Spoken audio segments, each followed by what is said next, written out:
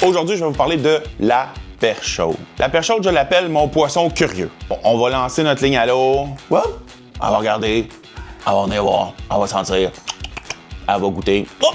Puis là, on part avec. Ah ouais, mon bébé! Ramène vite! Perche chaude, man! Ouais! Il n'y a pas de danger à proprement. Yes, sir! Good!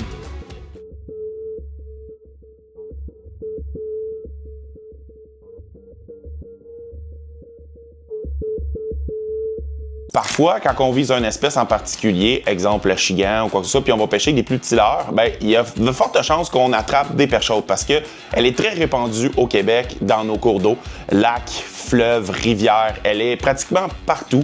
C'est un poisson proie que j'appelle parce que les poissons prédateurs, exemple brochet, achigan, doré, c'est tous des poissons qui vont se nourrir de la perche chaude. Oh yeah! Ouais! La perche chaude, elle va se tenir dans des endroits où c'est peu profond, où il y a un petit peu de végétation puis un petit peu de sable. Elle va préférer les eaux calmes. C'est souvent là qu'on va pêcher la perche chaude. Elle est très active le jour. Le jour, là, c'est vraiment, là, elle va mordre, surtout elle s'alimente le jour. L'alimentation de la perche chaude est vraiment très diversifiée. Okay? Elle va manger des petits poissons, des tout petits poissons. Elle va manger des vers.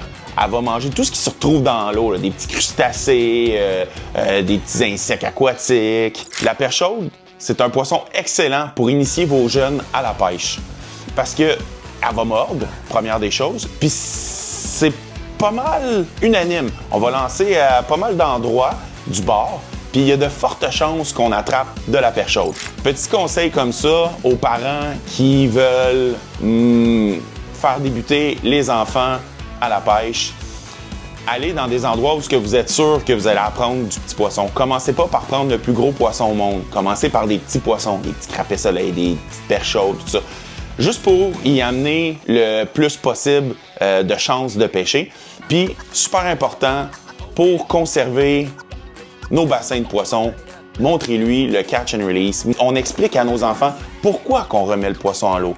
Pour qu'ils fassent d'autres poissons, pour garder la chaîne alimentaire, pour que peut-être que cette perche chaude-là, elle va nourrir un brochet un jour. En passant, la perche chaude, c'est très très bon à manger. Des bons petits filets panés là, de perche chaude, là, c'est écœurant. Il y a une panoplie de leurres qu'on peut utiliser pour pêcher la perche chaude. Un hameçon avec un verre, c'est toujours efficace. On peut pêcher également avec des petites cuillères tournantes. Ça, c'est vraiment quand même très efficace, mais il ne faut pas que ça soit une grosse cuillère tournante. Il faut quand même que ça soit une 1 ou une 2. Même des petits poissons nageurs, là, j'ai déjà vu ça. Là. On la lance, on ramène tranquillement, puis là, boum, ça mord. J'avais un poisson nageur, je vous dirais d'au moins 4 pouces, puis la perche chaude en faisait 6, puis elle a sauté sur le poisson nageur. C'est sûr et certain qu'il y a plusieurs manières de pêcher la perche chaude. Je peux pas toutes les énumérer parce qu'il y en a beaucoup, mais en général, un ver de terre, un hameçon pour les débutants avec un petit flotteur au début, puis un endroit qui est calme, un petit peu de végétation, des fortes chances qu'on pogne la perche chaude.